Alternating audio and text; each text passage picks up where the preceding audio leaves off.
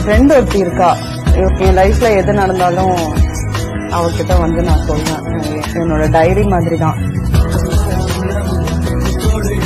Long distance friend தான். நான் எப்பவுமே ஃபோன்ல பேசிப்போம். நான் மறந்து போன விஷயம் அவள்கிட்ட ஃபோன் பண்ணி பேசுறேன். எதனால சண்டை போட்டோன்னு அந்த மாதிரி கேள்வி எல்லாம் நான் வந்து அவள்கிட்ட கேட்பேன்.